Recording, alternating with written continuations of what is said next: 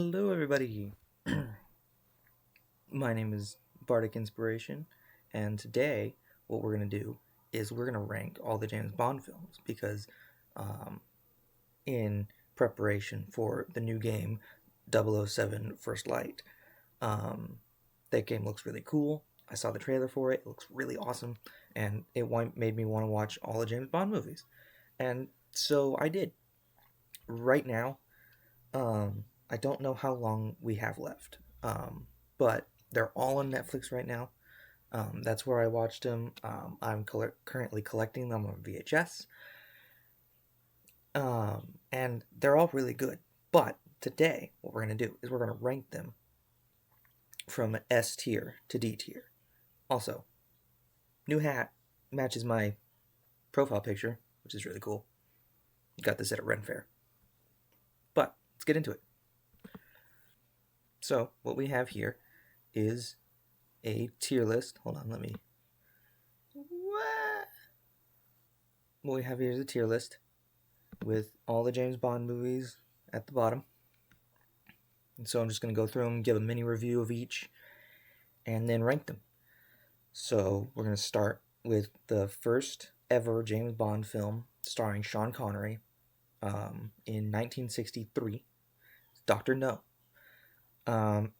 In my opinion, this is a great first outing. It's got all your classic Bond tropes. We've got the Bond James Bond line. We've got the vodka martini shaken not stirred. We've got the car chases, the fighting, the gunplay, the interesting villain. It's really really good first outing. The only thing that really is lackluster for me is the Dr. No's plot was kind of difficult for me to follow.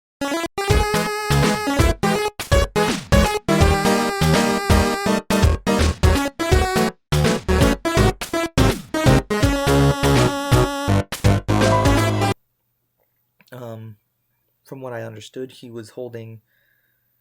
I think he was holding atomic weapons ransom for a certain amount of money or whatever. I don't remember exactly. Like I said, it was hard to follow. That's the only thing that I have wrong with this film. Everything else is iconic. Sean Connery, top form. And he'll only get better throughout the series. And so I think this is a solid A tier. Not the best, but definitely a great one. Next one, From Russia with Love, one of my absolute favorites. It's got Sean Connery returning as 007. It's got it's very Hitchcock in certain respects. North by Northwest had just come out right before this film, and so they took some inspiration from that for sure. And then it's just a classic spy thriller. It's one of the greatest spy movies I've ever seen, that's for sure. And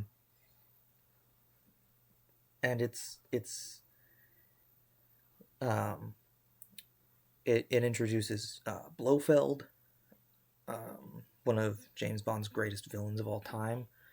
It introduces Red Grant, the dark side of Bond type of character, which we'll see throughout the rest of the series.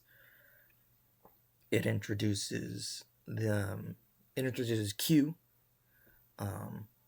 which Q is a mainstay throughout the entire series, so that's always great. Desmond Llewellyn, who plays Q in this film, will play him all the way up until The World Is Not Enough. Great here. It's kind of a thankless role in this one, but it's his start. Great movie. I'm putting that on S tier.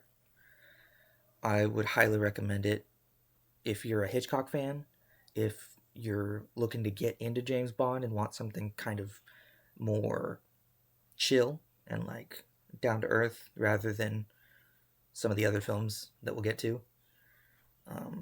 I think it's fantastic. I think it's really good. Um, third movie in the series, Goldfinger. Um, a lot of people cite this as being their favorite. I know Pierce Brosnan, who, you know, appears in the series later as James Bond, cites this as the first movie he saw when he came to America. That's what got him into James Bond in the first place. I think it's really good. I actually have it over here in my VHS player right now. Um, the second half of the film is a little slow, and I don't know whether or not that's because they were in an editing crunch or what, but it feels like at least the attack on Fort Knox specifically is really kind of drags, at least until the um, the fight between Bond and Oddjob. Um, but yeah, Goldfinger, great movie. Another one that I would highly recommend for first time Bond fans. Um, I'm gonna put that one just above Doctor No. Um, really good. Now we've come to my absolute least favorite film in the series, Thunderball. It's a good concept. Filming all of that underwater footage must have been mind blowing in the 60s. And like, I can appreciate the technology behind it and the innovations that they had to go through to get that footage. However, an hour and a half of scuba footage doesn't make a movie. You know, it's kind of boring, and I am slightly ashamed to say that I did fall asleep in the middle of it just because it was so slow. Um, I think Sean Connery's great in it. I think the villain is great. I think that the Bond girl in it is fantastic. But just if they had gone with a different like pace, if they had gone a little faster with the pace and maybe spent less time in the scuba sections, I think it could have been great. But it's just so slow, and so it's absolutely my least favorite. And I apologize to any Thunderball fans if there are any. I haven't heard very many good things about Thunderball, but I did like the pre-title sequence though. I will, you know, I liked the pre-title sequence. I'll give it that with the jetpack and the DB5 and the yeah. Oh, by the way, Goldfinger introduced the James Bond car, the Aston Martin DB5, which is an iconic car, and I want it so bad. Now we move on to You Only Live Twice. It's got such high highs, such low lows. Um, one of the lows is James Bond, a British man, disguises himself as a Japanese man with some very unconvincing prosthetics. Um, that's problematic, but the highs I feel like outweigh the lows. And I think that the introduction of Donald Pleasance as Blofeld is fantastic. The scar looks really nice. Um, the cat, the whole thing, the whole his the way he acts and the I love Donald Pleasance as Blofeld. He's probably my favorite person to play Blofeld, and I wish they would have brought him back for another movie at least, one or two. Um, but I'm glad that we got what we got. Um, and Ken Adams, the production designer, went above and beyond with Blofeld's volcano base. It looks fantastic. It it rivals anything he in any other Bond film before or since. It's a wonderful movie. Um, so I'm gonna go with B tier on that one, just because of some of the lower ends. Um, And so, yeah, let's move on to On Her Majesty's Secret Service, which, we're going to be completely honest, this movie made me cry at the end. It's a wonderful movie. It's a great movie. But yeah, it's a fantastic film. One of the most personal Bond stories. Uh, him, George Lazenby, not my favorite Bond, but he's in one of my favorite Bond movies, and it's one that I wish I had in my VHS collection. I don't have it yet, but once I do, I'll be watching it a ton because it's just so good. The personal story between Bond and but between James and Teresa is fantastic. The the banter between Bond and Blofeld is great. The sets are fantastic.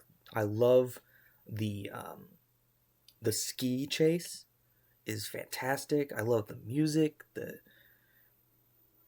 action, the drama, the ending. Oh my gosh, the ending! It's just the ending is just George Lazenby on top form. He's absolutely fantastic in that scene, and it brought me to tears, fully and honestly. The only movie that actually, the only other movie that brought me to tears is No Time to Die, and that's because it was referencing On Her Majesty's. And I'm gonna have to put it at S tier, possibly above From Russia with Love, I think.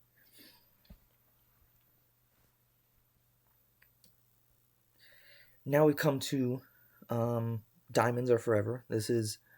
Um, this is Sean Connery's final time playing Bond, um, and I think it's okay. It's not what I want in my James Bond movies. I know that some people like it. Um, I think Connery's okay. He's a little old in this one. I feel like the same problem I have with Roger Moore in A View to a Kill. I have with um, Connery in Diamonds Are Forever. I feel like the film around Connery is made for a younger Bond, like a younger actor, but they wanted Connery because he was attached to the Bond license before, and George Lazenby didn't really pan out for them, so they got Connery back, and it's an okay movie. There are some parts that I really like. For example, the one where Bond is like climbing up uh, the casino tower, and he's just so smooth, and like he's just casually standing on top of the elevator and riding it up to the top. And I like the actor that played Blofeld. I think his name is Charles Gray. Um, he's really campy in this, and I think it plays to the movie's strengths. I think it's kind of one of the silliest Bond movies. Um, we'll get to the silliest Bond movie later, um, but it's definitely a weird one. Um, it kind of straddles the line between super camp and kind of serious crime thriller, I think. So I'm gonna have to put it in C tier. There are good things about it.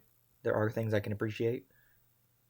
Um, just not my type of Bond film, I think. And I think that applies to a lot of people. I think a lot of people think that Diamonds Are Forever is just okay, and I think I land right there. Now, we're on to the Roger Moore era, which honestly, I think that Roger Moore is my least favorite James Bond. I know I'm going to get crucified for saying that, but he just doesn't have that kind of harder edge that I'm looking for. Like, for example, Sean Connery has that kind of harder edge that I believe that he was in the Navy. I believe that he could be a cold-hearted killer, like in Doctor No when he drops that sick line. That's a Smith and Wesson, and you've had your six, and he kills the guy with his silenced Walther. It's just so good. I absolutely love it. But I think Roger definitely plays the more charismatic side of Bond very well, and like I get that that's a very big selling point for the character, and I get that a lot of people enjoy that, and I'm not dissing on any of y'all. I can appreciate that y'all appreciate Roger Moore. He's a good actor. He's good at taking what he had, what the script gives him, and churning it out. But he's just not not my favorite. I like all the Bonds are good, but like he's just not to my liking, and I don't know what to tell you. Although his movies are really good, and I don't think any of them will get below a C tier. Um, maybe, maybe, maybe A View to a Kill would get C tier, but regardless, let's talk about Live and Let Die. It's got a great theme song. I mean, the theme song. I heard the theme song on the radio the other day. That's how good it is. It's so popular that they're playing it on the radio still, whereas almost none of these other songs are even like talked about outside of the movies. But Live and Let Die has just lived on past the film, and I think that's fantastic. Um, but I think it's a great first outing for Roger. I think that him being in America is an interesting choice, especially since Connery didn't. He was only in America for a little bit of Goldfinger and in Diamonds Are Forever. And so having Roger Moore's Bond in America for pretty much the whole film is a really interesting choice. And I love the villain. The villain in it, I forget his name. What was it? Oh gosh. I don't remember. But the villain, fantastic. I love the dual persona. That really like tripped me up. Like that actually got me. That twist really got me. And I know that a lot of people aren't like fooled by the prosthetics, but I was, just because um I mean, have you ever I mean, if you've seen what he looks like in the makeup, and I'll show it to you on the screen somewhere. He kind of looks like The Weeknd, not gonna lie, and so that completely fooled me into thinking that, you know, that could be a different person. That could be a real person. Um, and so yeah, I love the twist at the end. I love the the, the representation. Um, there hadn't been really any black characters taking a major role before this, and so having like an entire organization of black characters, good and bad, um, definitely was really interesting to see, especially in a 1970 something film. And so I'm gonna put that at A tier, under Doctor No, just because I love Connery more. I like Connery more than I like Roger. Um, Man with the Golden Gun. I know a lot of people don't really like this movie. Like it's really, it's kind of divisive, honestly, from what I've seen. I like that movie. I really really did enjoy it. Mostly because I love Knick Knack as a henchman character. I think he's really interesting and really fun to watch. And of course, the late great Sir Christopher Lee is fantastic as always. I don't think I've seen a film where he's in that he was bad. Um, and so, I think The Man with the Golden Gun really thrives on those two. I think the script kind of muddied um, Scaramanga's uh, motives a little bit. Like he seems to have two motivations throughout the whole thing, but he kind of switches back and forth between the two. Like he really wants to fight Bond and kill Bond and that kind of thing, but then like in the second half he's using solar energy to threaten the world with a heat laser. It's weird, but I can get behind it because I'm having such a good time watching Christopher Lee be the man with the golden gun. So I'm gonna have to put this A tier just above Live and Let Die, but just under Doctor No. Um, the Spy Who Loved Me. I'm gonna be completely honest. I thought this one was boring too. I thought this one was kind of boring. I know this one is a lot of people's like favorites. I know that a lot of people hold this one as one of the best Bond movies ever. But like other than the scene in Egypt with Jaws, and I love Jaws by the way. Jaws is one of my favorite characters in the series. Um, but yeah, other than that, and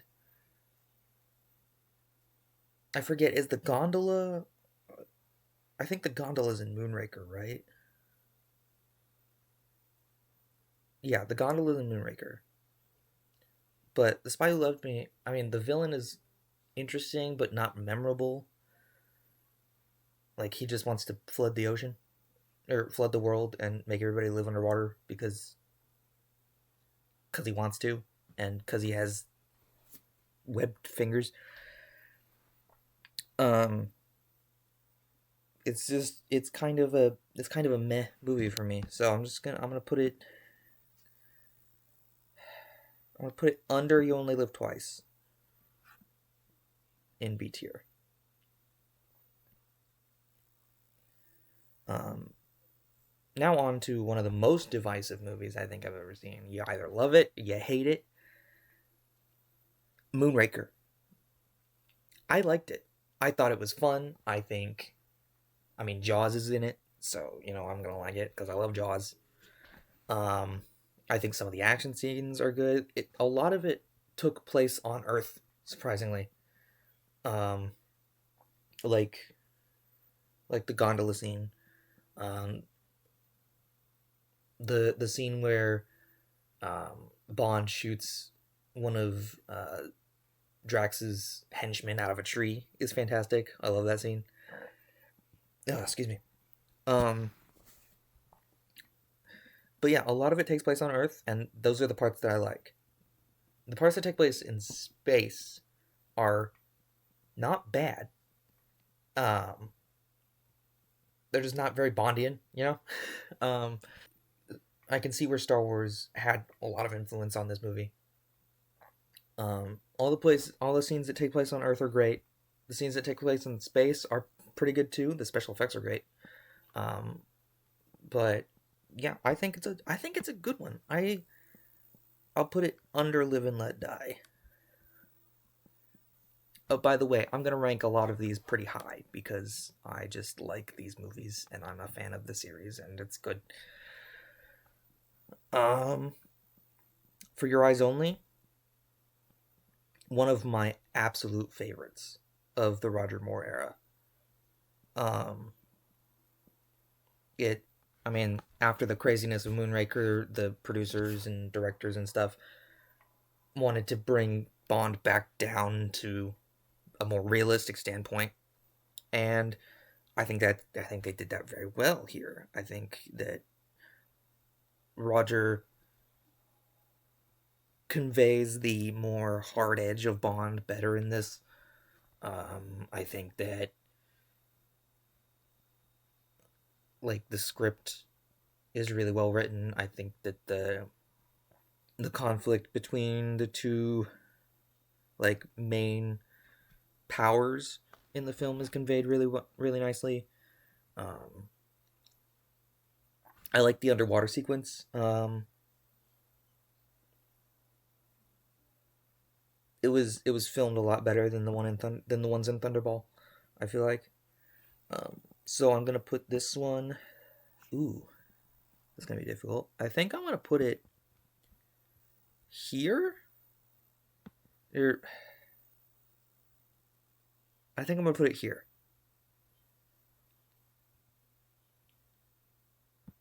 I think I'm gonna put it there, perchance, maybe. I might change it later. Now on to Octa. I'm gonna not say that word just in case YouTube takes down the video. So I'm just gonna call it Octopus. Anyways, this movie, I was surprised by this movie. I thought the title doesn't do it any favors. So I went into it thinking it was going to be the campiest of all the movies, right? It was campy for sure. I mean, James Bond dresses up as a clown at one point, but it never doesn't take itself seriously. You know, it's a pretty good movie like considering how you know campy the series had gotten before. And so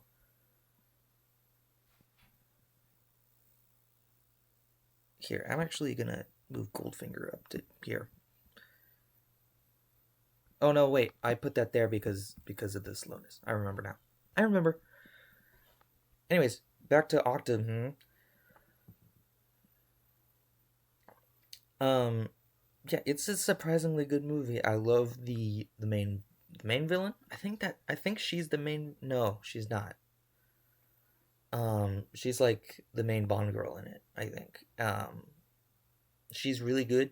Her name is the title of the movie. I really like that she kind of is an equal to Bond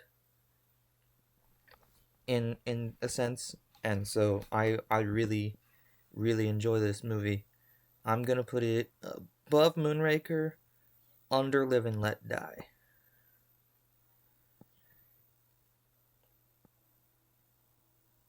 I'm gonna put Moonraker B tier. Yeah, that feels right. That feels good.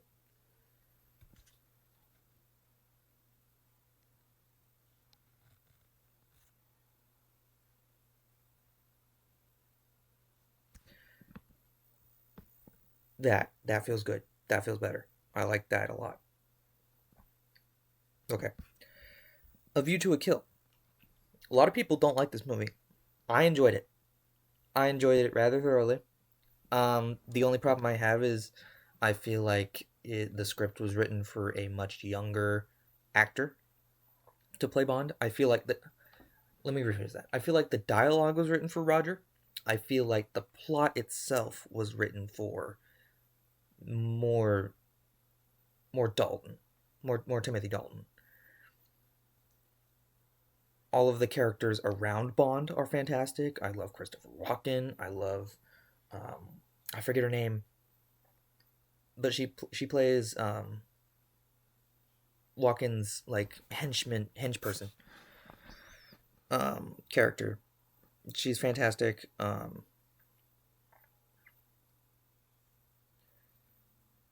The plot is great. The plot is wild. It starts with like horse steroids, then it goes to oil, then it goes to Silicon Valley explosions, and like it's wild, but it's fun. And that's what I like.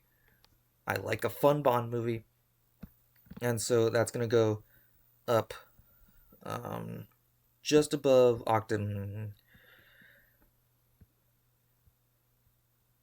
Again, like I said, I'm gonna rank a lot of these fairly high, just because I like the series as a whole. Um, I feel bad for Thunderball being all alone down there, but it's my least favorite. I don't like that movie. I think that's the only James Bond movie that I don't like. Now, on to one of my favorites, and this is immediately going into S tier. The Living Daylights. I absolutely love this movie. It's the perfect combination of like the movie's kind of joking nature and the book's serious hard Bond. I think that it works really really well, and I think that um I mean Timothy Dalton's a great Bond. He's like my third favorite behind Connery and Brosnan, and I think that he's in top form in this movie. I think the next movie, A View to a Kill, is good, but I like him better in this one. I like the writing for him better in this one. I like the plot better in this one. Um, I I like all the gadgets. I love the car chase. It's just it's another movie that I would, well, I wouldn't say I recommend it for a new Bond fan, but if you're looking for a more book accurate Bond, but you like the kind of gadgets fantasy of the movies, then this is a good film for you.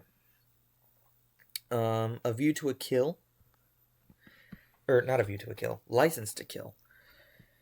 Um, License to Kill is, I know a lot of people like this one better than Living Daylights, but I like it less.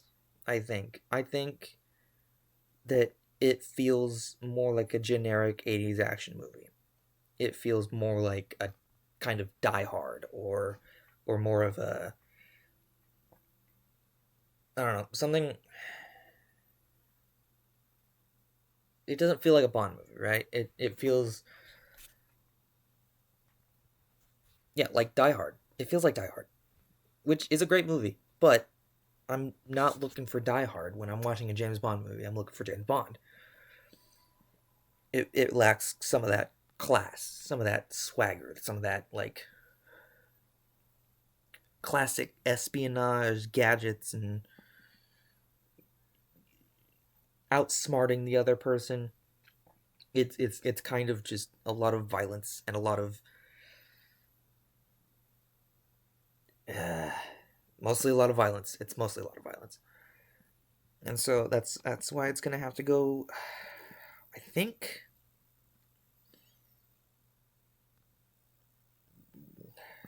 maybe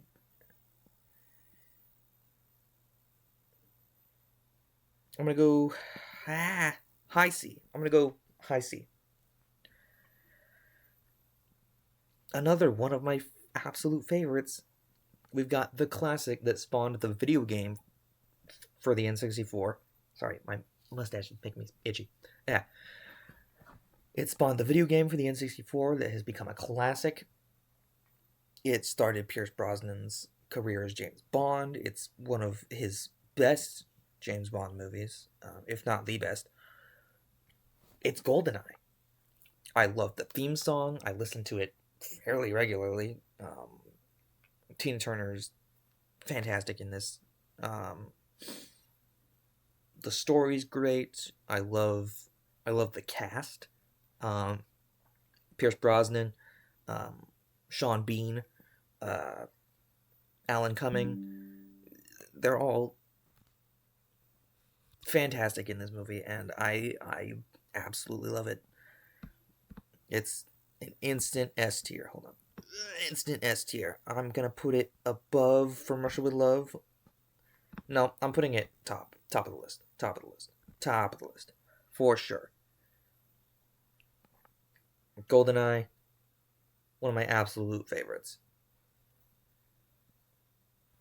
I might put From Russia with Love above it. I think I'm gonna put it in that order. I like that order. That feels good. That feels good. I'm sorry. I probably should have stated at the beginning of this that I was gonna move them around, and so my final ranking will be different from the place that I put them originally. But there you go. You have that information now. So good for you. Tomorrow Never Dies. I really like this movie. I loved. I well, actually no. I really loved The World Is Not Enough. Tomorrow Never Dies is good. I love the villain in it. I love. Pierce Brosnan is in it. I forget the Bond girl's name, but she's fantastic. I mean, she went on to do Everything Everywhere All at Once, which is a fantastic movie. But yeah, I'm gonna put this at a solid A tier. I'm gonna put it at This Feels Right, in between For Your Eyes Only and The Man with the Golden Gun. The villain in it is fantastic. I wish. Actually, we had plenty of screen time with him, so he was really good.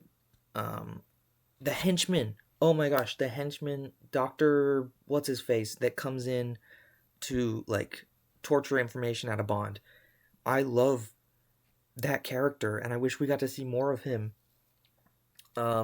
Throughout like the Brosnan era, or even just in that movie, because he was so good. He was this like German doctor that like had studied different methods of torture, but he was like really goofy, and I really liked him. It was a nice breath of fresh air from like the kind of tragic story that was going on in the middle of Tomorrow Never Dies. It was a really cool character, and I really wish we got to see more of him. The World Is Not Enough. So good. I loved that movie. I mean, sorry. It. I know that a lot of people are like, it's okay. Um, and I know that a lot of people dunk on Denise Richards as Christmas Jones. I liked her. I think she was good. I don't understand why people think that she isn't a good character in that movie. It the way people make it sound, it's like it makes it feel like they're like, "Oh, she's too hot to be a scientist. What are you talking about?"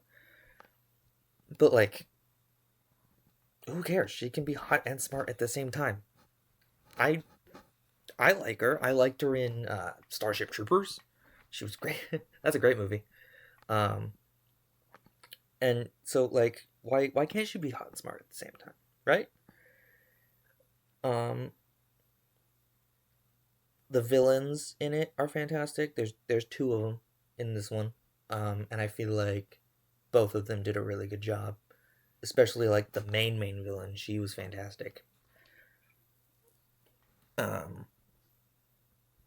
I mean, the opening title sequence with the Q boat is amazing. I mean, that's why they have it at the on the little poster here. And so I'm gonna have to put this one. I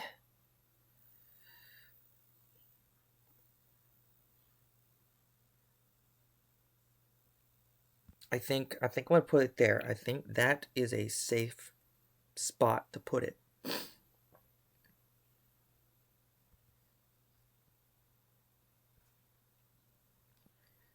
Now, Die Another Day. It was pretty bad. It was pretty bad. The first half was good. The first half I didn't mind. actually. It wasn't good. I didn't mind it. But the second half with the the lightning suit and once they got to the ice palace or the ice lair or whatever you want to call it, it really took a turn for the worst. It really just there was too much. I don't know. It felt wrong for whatever reason. It just I didn't like it. It had all the like it had potential.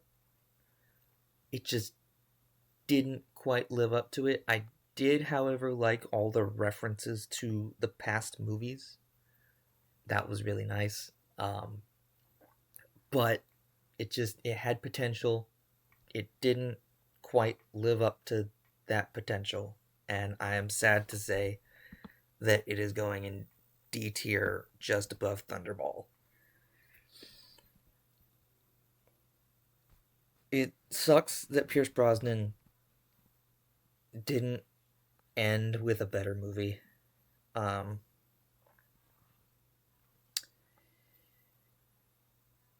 but it is what it is, and it's it's not great.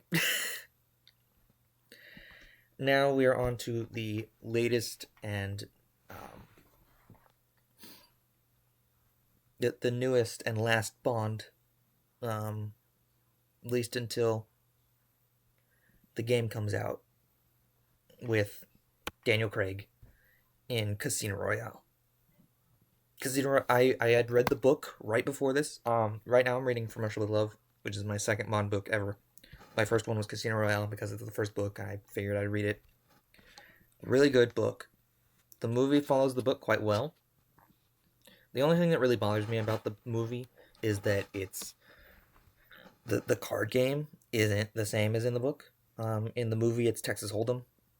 In the book, it's Baccarat, which James Bond had been playing in the movies since that opening scene in Doctor No where he says, "The name Bond, James Bond." I feel like kind of, it feels like it cheapens the rest of the series as a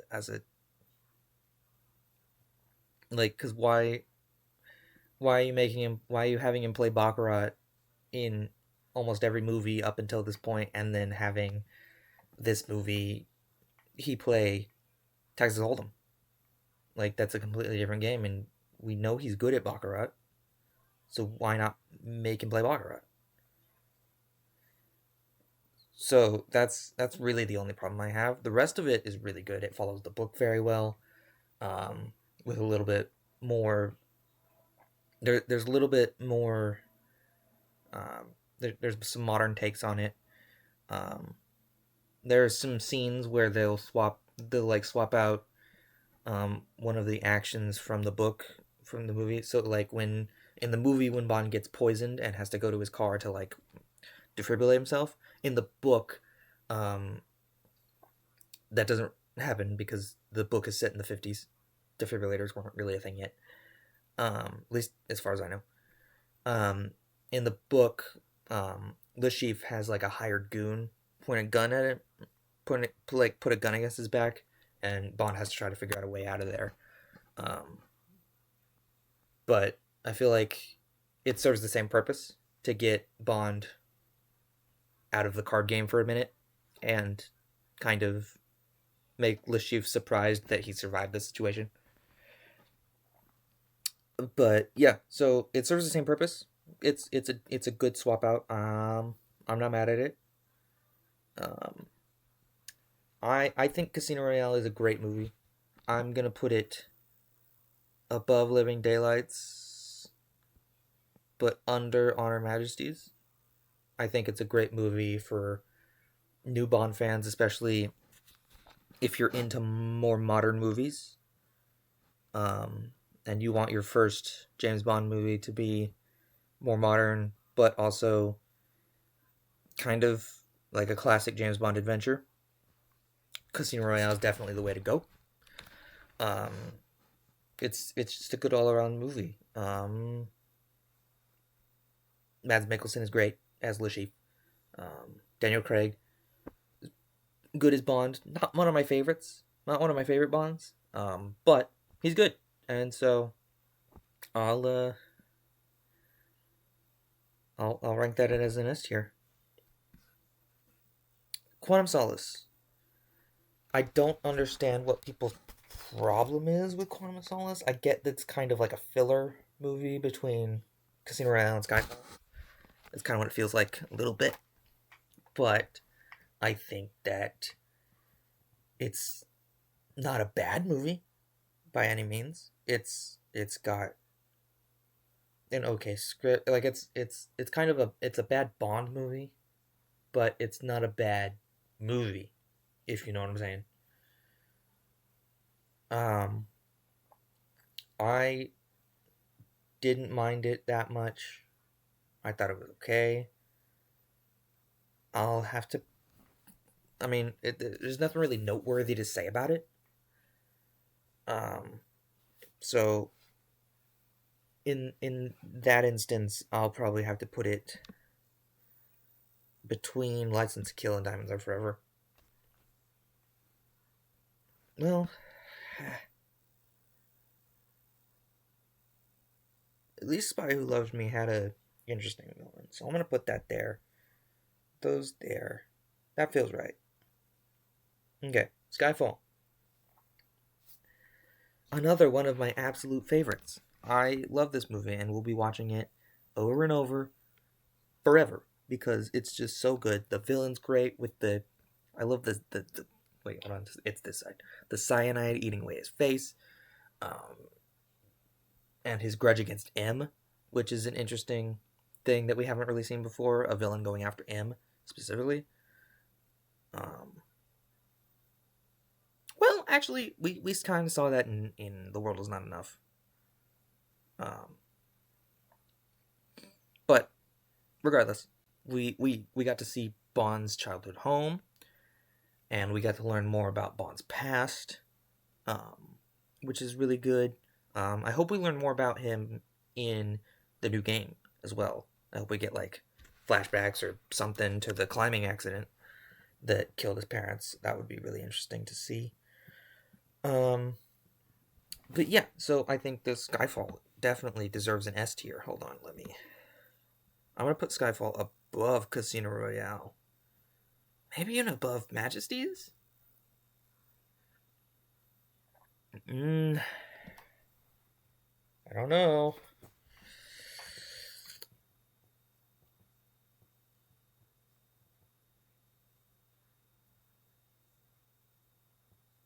Let me think about this. This is gonna take a minute, so I might have to edit around this, or just time lapse it. I'll time lapse it. That's because that's funnier.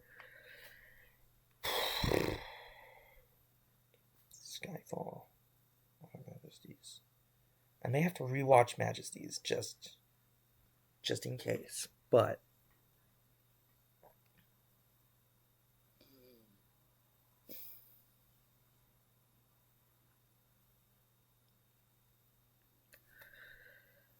I don't know.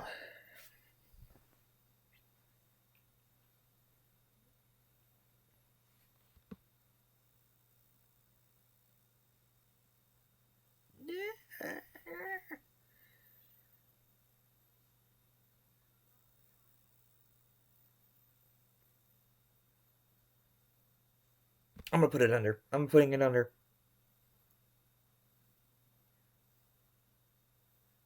No, no, I'm putting it above. This is hard. Yeah, I'm putting it above. Final decision. Putting it above. Now, Spectre. A lot of people don't like this movie. I thought it was good, mostly just because of the like presentation. Um, Christoph Waltz as Blofeld is higher on my list of Blofelds. Um, just because I love Christoph Waltz. I loved him in Frankenstein. I loved him in that other movie he was in. He's been in several movies that I loved him in. So, I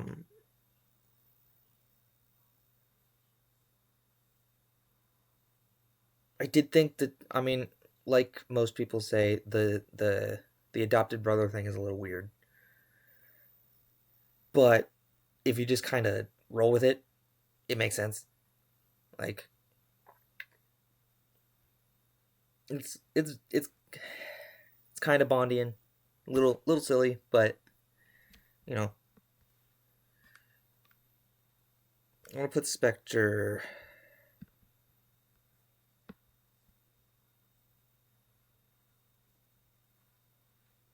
Ooh, where do I put Spectre? Hold on.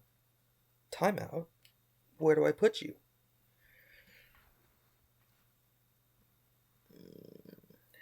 I'm gonna put it here. In between Live and Let Die and A View to a Kill.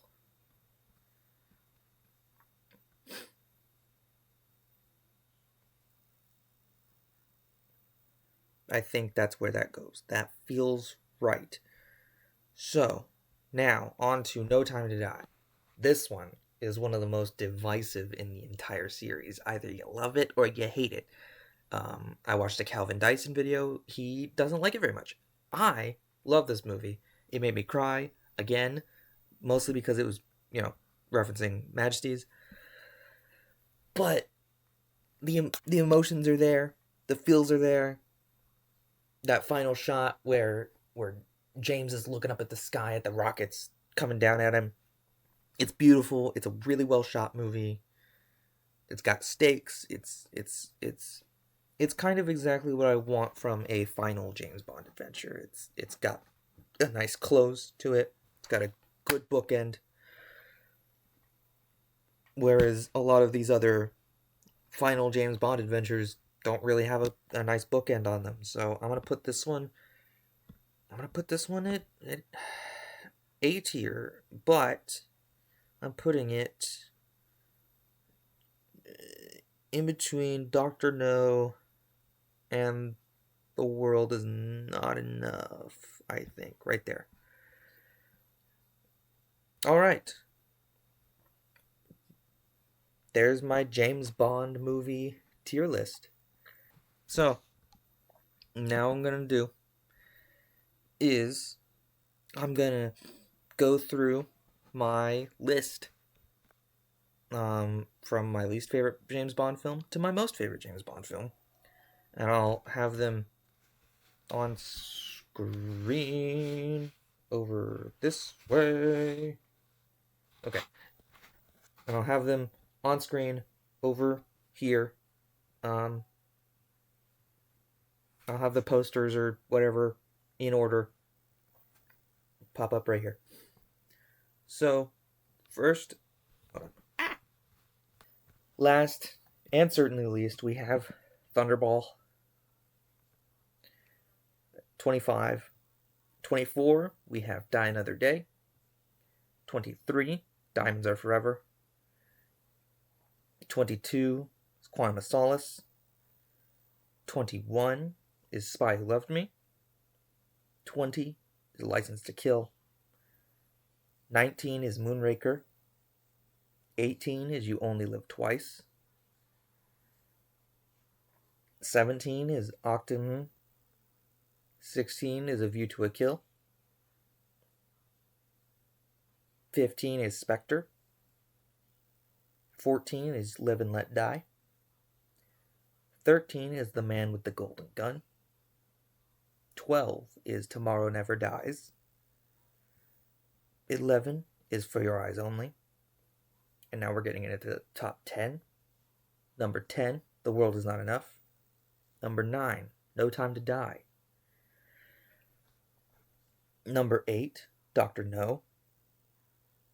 Number 7 is Goldfinger. Number 6 is The Living Daylights. Number 5 is Casino Royale. Number 4 is On Her Majesty's Secret Service. Number 3 is Skyfall. Number 2 is GoldenEye. And number 1 is From Russia with Love. So, there you have it. That is my Bond ranking. If there are any James Bond fans out there who have seen all of these movies and want to argue with me, go ahead and drop your arguments in the comments below. If you agree with me, also say, hey, cool ranking, dude, in the comments. Like the video, subscribe. I will do more film tier lists in the future if you guys want me to. Because, I mean, I'm a film student, so, you know. But I will also do a playthrough of First Light whenever it comes out, because I'm very excited for that. It looks so good. But until then, I will see y'all next time.